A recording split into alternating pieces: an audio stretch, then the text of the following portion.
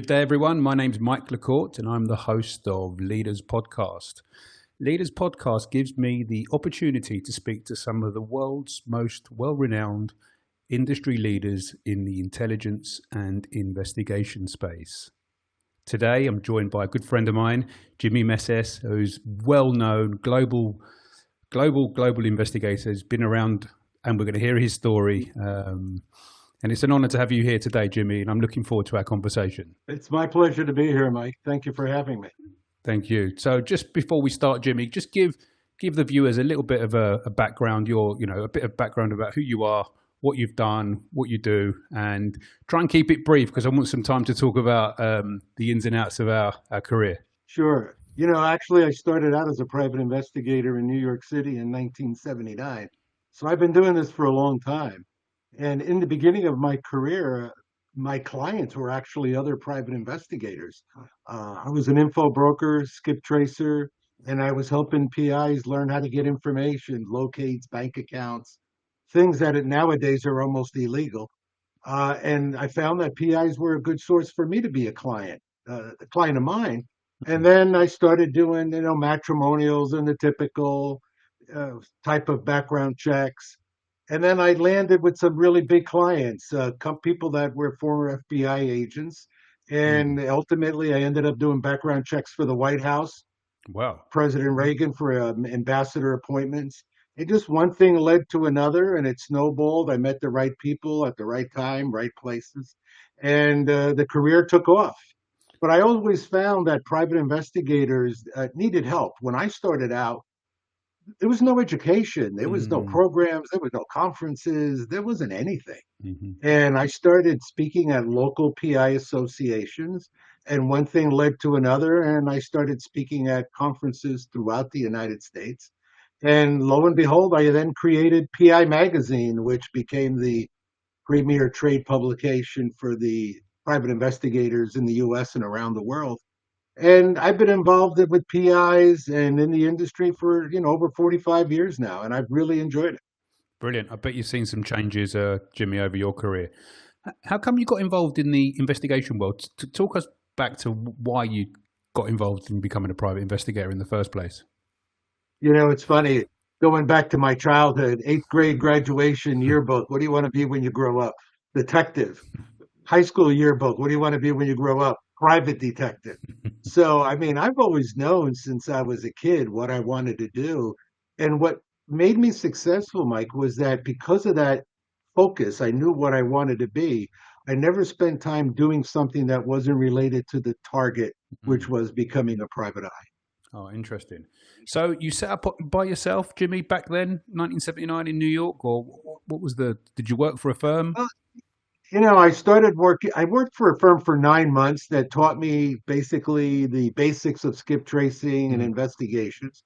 And then 9 months later, I went off on my own, hired a part-time secretary because I had a lot of paperwork. And the next thing, I started developing business, workers' compensation, doing surveillances every single day. And the key for me was marketing, knowing how to market to get business. And that's what I've been teaching investigators for years. Okay. And then at what point, how did you meet other investigators, Jimmie? How did you understand a little bit about the industry now, and become a name, let's say? Well, when I first started doing skip tracing and knowing that I had a commodity that I could sell, I just called all the PIs in the phone book and said, hey, I can get you non-pubs, toll names and address for phone numbers, bank accounts, jobs. And all of a sudden, I became the go-to guy in the Northeast. And then the word spread throughout the United States. And then I became active in the New Jersey PI Association. Okay. And that led to me being members of state associations, national associations, and international associations. And obviously, the more groups you belong to, the more people you meet. And that's how it starts. What's the value of associations for an investigator that's starting out? PI starting out, the first place that I would have them join is their local PI association in their state. A lot of PIs think, well, these are my colleagues. They're going to steal my clients. Yeah. Quite the contrary. PIs hire other PIs because they either have specialties or the location of their office. They're not going to travel 4 or 5 miles to do a surveillance when there's a local PI. So the state association teaches you what's the latest in the laws, things that are coming up, but it's also a great networking opportunity to get business and to learn what's happening. Mm-hmm. And then what about the global associations? Where's the interest and leverage? Where's the opportunity there? Well, the opportunity for global is amazing, and yet PIs are not taking advantage of it. Our world is now a global society. And imagine a local attorney, let's say in New York City, who might have a client that wants to buy a company in Slovenia. And he would hire a local PI in Jersey or New York and say, hey, you think you know anybody in Slovenia that can help me out? Well, if I'm a member of WAD, CII, Intelnet, or any of these international organizations, I now have a contact in almost every country in the world, and I can provide that service to my client that nobody else is offering. That makes me special to that particular lawyer. Yeah, yeah, good point. You spoke about marketing earlier, and I agree with you. There's some great investigators out there in the world, brilliant at their trade craft, but they lack the ability and skill to let the industry or let clients know, onboard clients, become known. Give us, and I know you speak about marketing, and I know you speak about how to monetize your private investigation industry. Talk a little bit about that, Jimmie. Biggest problem with private investigators is more than 80% of them are former law enforcement. They don't have business experience. And most private investigators don't make a lot of money because they have a lack of clients and a lack of marketing. Marketing is being able to promote yourself to the specific target market that you want. Let's say lawyers, for example. So are you sending letters out? Are you making phone calls? What are you doing? The biggest problem with private investigators, Mike, is that private investigators, for the most part, are cheap. They don't want to spend money and they want to do everything that they can at the least amount of money. And so they don't spend money on sending the letters out. They don't spend money on hiring somebody to make phone calls. They're too busy doing investigations instead of actually spending some of their time in building their business. And that's where I see private investigators fail. They just focus on the investigations and they don't focus on building a company. You know, my favorite saying is if you're a one-man operation, you don't have a business, you have a job. Because if you're not there to perform the service, you're out of business. So PIs have to start thinking a little bit bigger. And I'll tell you right now, the number one place that I always recommend PIs to be for marketing anyway is the internet. You have to have a website and you have to make sure that it's optimized so that you show up on Google and in AI. And now with the new AI platforms, it's different than Google. You have to know how to tell AI what you do, where you do it, and why somebody should hire you. So it keeps changing. I mean, when I started out as a PI, you got work from the Yellow Pages and you spend hundreds of dollars every month on a little tiny ad in the Yellow Pages. Yellow Pages is history, and now it's Google, it's the internet. And a lot of PIs have not embraced it, not realizing that that's where a majority of the work comes from.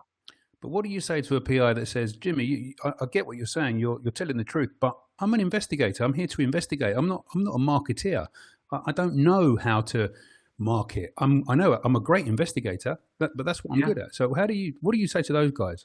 Then hire somebody that knows how to do marketing. Hire a salesperson, because I understand that a lot of PIs, they're great investigators, but they go out of business, and they go out of business because they don't have clients. Yet I've met individuals who call themselves investigators, couldn't find their way out of a paper bag, and they got more work than they can handle. You know why? Because they have the gift of gab. They know how to sell. They know how to promote. They know how to schmooze. They show up at networking events, and, you know, out of sight, out of mind. So if you want to focus on investigations and you're not into sales, get a job working for somebody as an investigator. You're not going to make it on your own. Yeah, you're right. You need other skills. You need to learn how to develop and build a business, build a brand, get out there, get in front of the right people. Yeah, completely. I want to talk about another area that I know you're an expert in, and that's the KYC and the onboarding checks when we're working for clients. That's another risk that I see investigators get themselves caught up in. And there's been some real cases that have hit the press, and some investigators have got themselves in all sorts of trouble, not only in the US, but in other jurisdictions around the world. Talk to us a little bit about how important it is to do the KYC checks in terms of onboarding clients.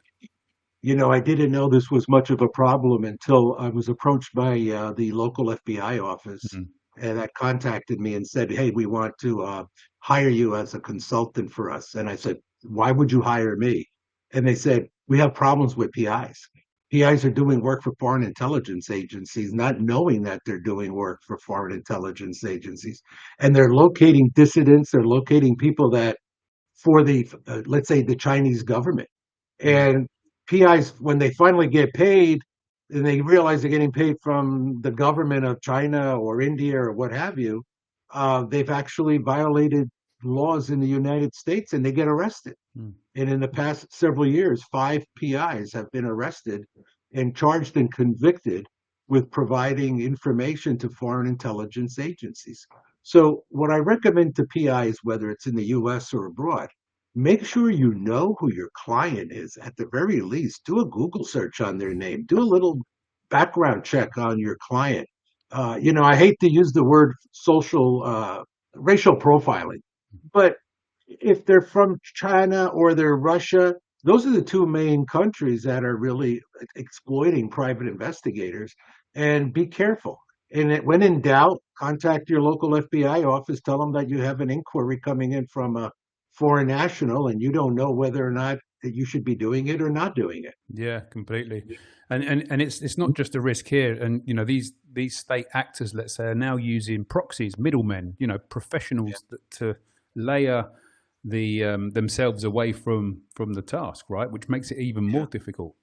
I think the most important thing, if that little feeling in your stomach starts acting up and you don't think something is right, more than likely something isn't right. Yeah. In the U.S., we are telling PIs, contact your local FBI office. Just let them know what's going on. Because if something does happen and it goes south, you did notify them. You contacted the Bureau. You let them know that you weren't feeling right about something.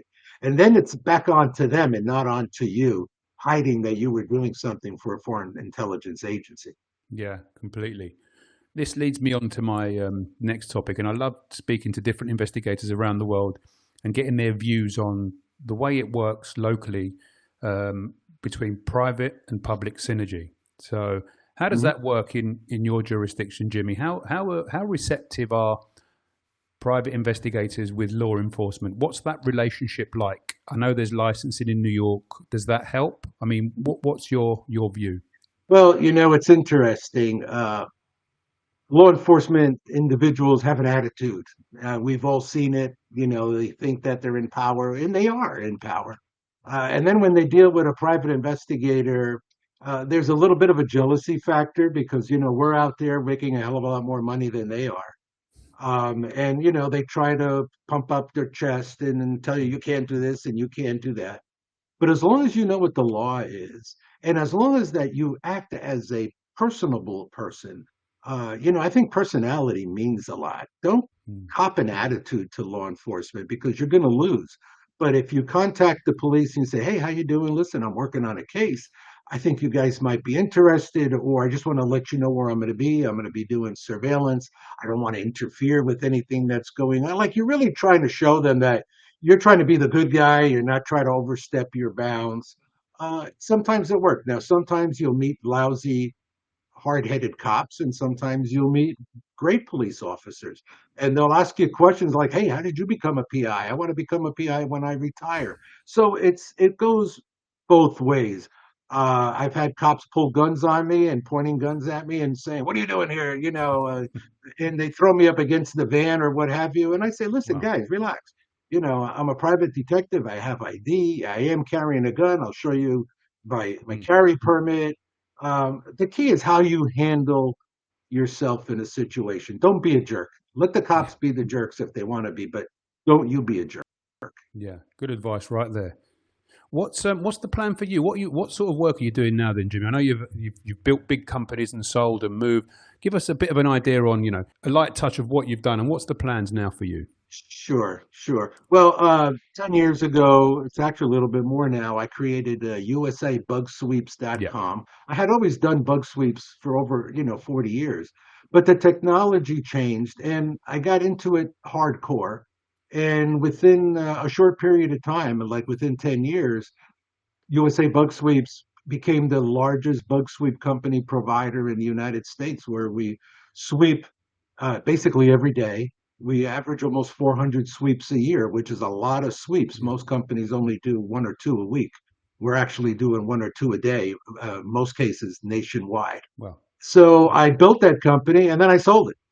But I've stayed on because of how busy the company is. They have me as a consultant and I help them out.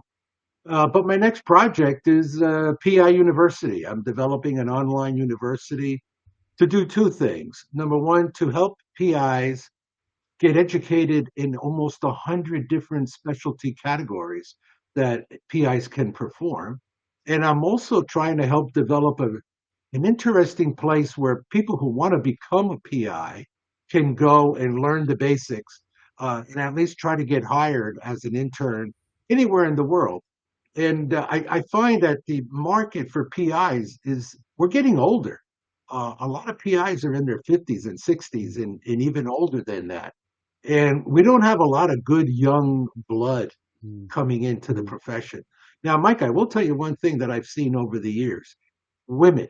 Women is the fastest growing segment of the PI industry, where more women right now are becoming PIs than ever before. When I first started, there was maybe 5 women in the whole country that I could name. mm, Now they're probably about 30% of all PIs in the United States are women. yeah. Yeah. No, and we're seeing that the same over here. The other thing we're seeing here is people using private investigations as first careers. When I started, it was all second and third career guys coming out law enforcement, military, intelligence, and then coming into the private sector. Now we've got guys from banking backgrounds, journalism, law that are starting from a younger pool of talent, which I think is needed because they're bringing different skills, Jimmy. Yeah, I mean, and the other thing is this. I have found that the failure rate amongst private investigators is very high amongst former law enforcement, and that those that were never in law enforcement have a much higher success rate. And Mike, the reason for that is because former law enforcement, if they retired, have a pension check coming in every month. So they have a cushion to fall Mm, back on.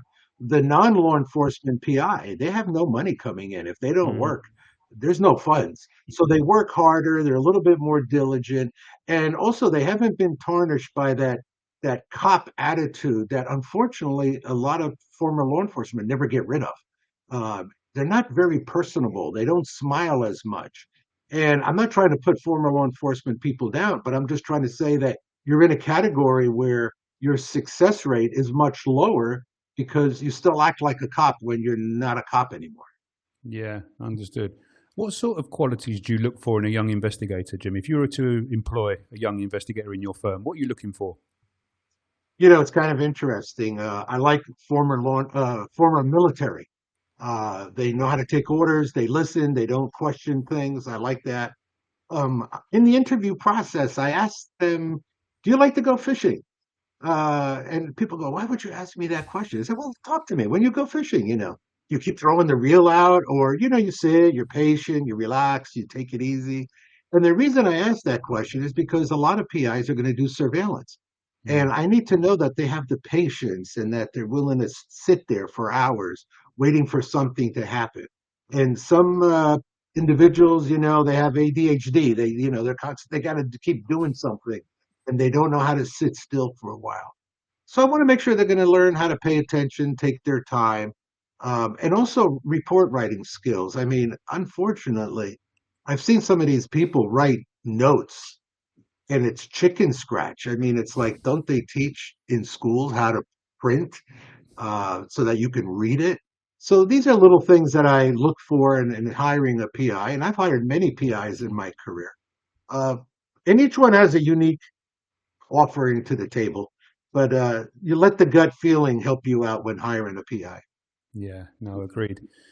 During your business career, Jimmy, what was the biggest challenge you come across? What's the question again? I'm sorry. So during your business career, you've built companies up, you've sold, you've developed, you've grown.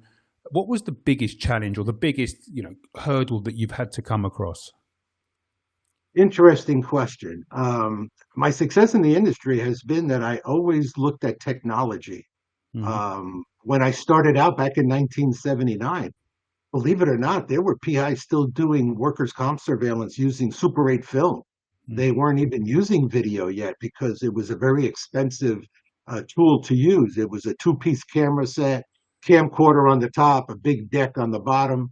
In fact, the first video setup I had was reel to reel. Cassette tapes had not actually been invented yet commercially. Hmm. Hmm. So I have found that keeping up with technology has been very, very difficult, but it has been the one thing that has given me a heads up over my competition because the moment I learn about a new technology, I jump on it. Hmm. Body cams, hidden body video, when that came out, it was very, very expensive, but I bought it. When GPS trackers came out, the old pinging system with four antennas, Hmm.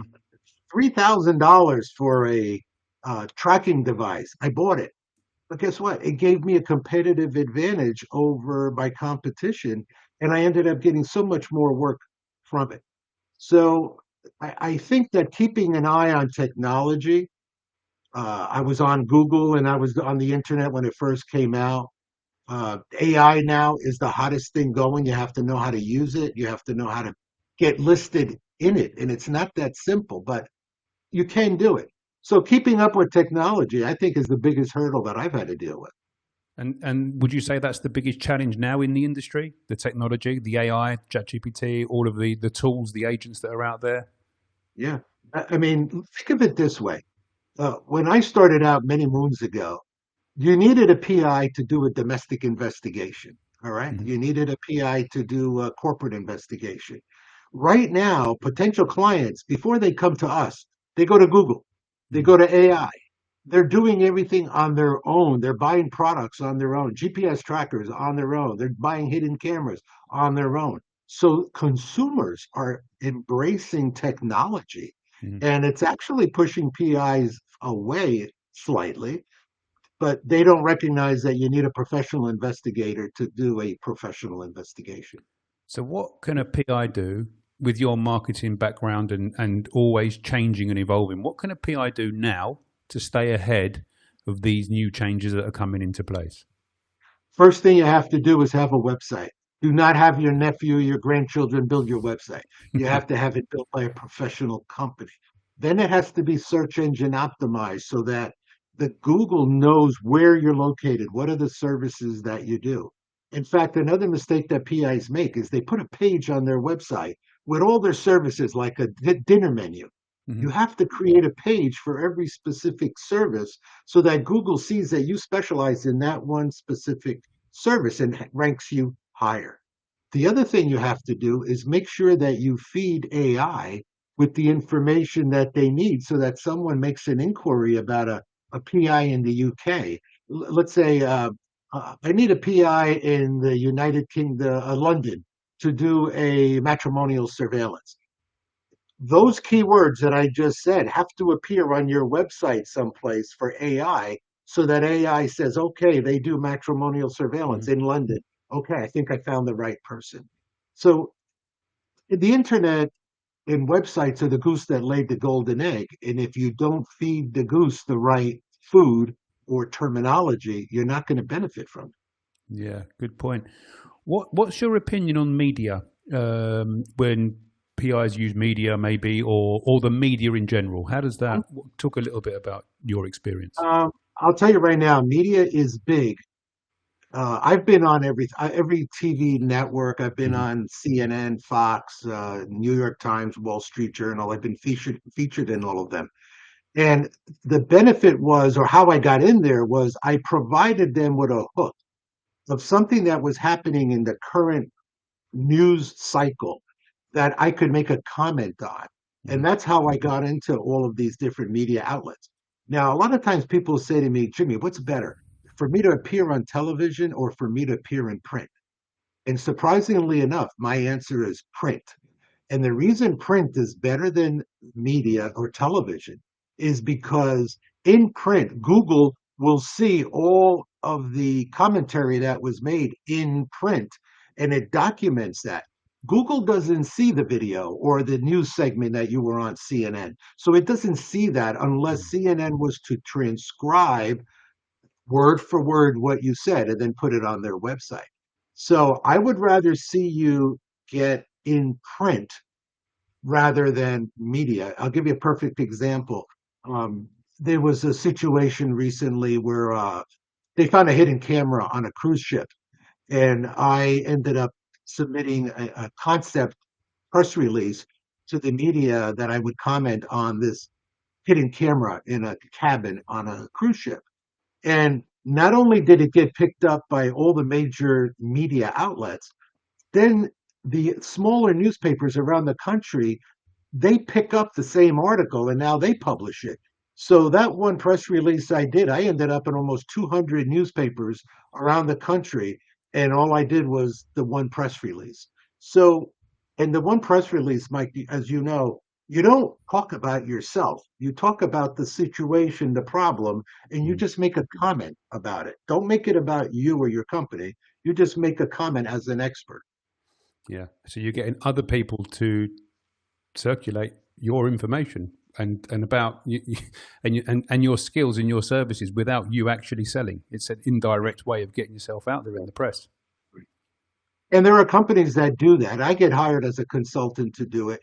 Uh, but I try to help PIs wherever I can. They don't know anything about marketing. They don't know about business, and they don't know how you can get tens of thousands of dollars of free advertising by doing a proper press release. But most PIs don't write about themselves and their company, me, I, Mm. and nobody's going to pick that up. You Mm. have to know how to use a hook to get them to want to interview you or for you to appear on a television show or in a news article. How do you spend your time now, Jimmy? I'm a nonstop entrepreneur. I'm constantly working. I'm constantly doing, watching webinars. Right now, I am hooked on AI. I am Mm. learning everything that I can about AI so that I can share it with other PIs. So that when I go to a conference, I can show PIs, this is what you need to do. Don't do this, so that they can maximize and benefit from what's out there right now. Other than that, I do golfing, I do traveling. I travel about 5 months a year all over the world. And I enjoy watching the podcasts, webinars. I love your podcast. So you have some amazing guests on there, and there's a lot to learn by watching your podcast. Thanks, Jimmy. Do you still get the buzz that you did back then when you started in the industry? Uh, no, not really. I mean, there was a level of excitement way back when I did a lot of video, covert video surveillance. I had full blown surveillance vans, very comfortable. I could spend 20 hours in a van, no Well, problem. Heating system, air conditioning system, toilet system. I mean, it was comfortable. Um, but you know what? One day on doing surveillance, I sat there and I was bored, and I calculated how many hours of surveillance have I done in my career, and I calculated 44,000 hours of surveillance. And you know what? That day, I determined I wasn't doing surveillance anymore. I was done. yeah. And the excitement. I got to be honest with you, Mike. I get more excited dealing with success in the sense of helping other people become successful. Because if I can take what I've learned over the 45 years as a PI and now share it with Mm. PIs that are either coming in or that have been around and they've hit a plateau, and I can help them go to the next step. I enjoy that. I mean, I really get off on that. I think it's a tremendous accomplishment, not to what I do, but also to the PI that I'm helping. I'll tell you a really quick story. I'm doing a conference and I'm giving the best tips that I've ever given out at the conference. And a PI who's been around for 20 years, somebody that I know in the back of the room. And every time I gave a great tip, he kept shaking his head no. And I'd give another great tip and he'd go no. And I'm saying, this guy's intimidating me. At the break, I went up to him. I said, Joe, I'm giving you the best stuff I ever had, and you're going no in the back. He goes, no, no, Jimmy, it's great tips. He goes, that's another thing I haven't done in 20 years. So, Yeah. you are always learning and you never stop learning. Well, just to finish off, Jimmy, you're talking about tips. I want you to give us as ever many tips as you like just to close this podcast off for the investigator that's starting their career, the guys that are in their career that have plateaued, and some that are expert investigators that can't see where they're going next. So any tips that you want to give us just to close off? I don't want to make it a commercial, but you know what? You need help. If you don't know how to do something, you need help. And PIs have a problem asking for help. You need a sales consultant. You need a mentoring program. You need something. You need to go someplace to get at least words of advice. I tell people, you spend an hour with me on a consultation and I'll put you on the right direction. I can give you more info in 1 hour than anybody could ever give you. But you know what? PIs are cheap and they don't want to spend the money on anything.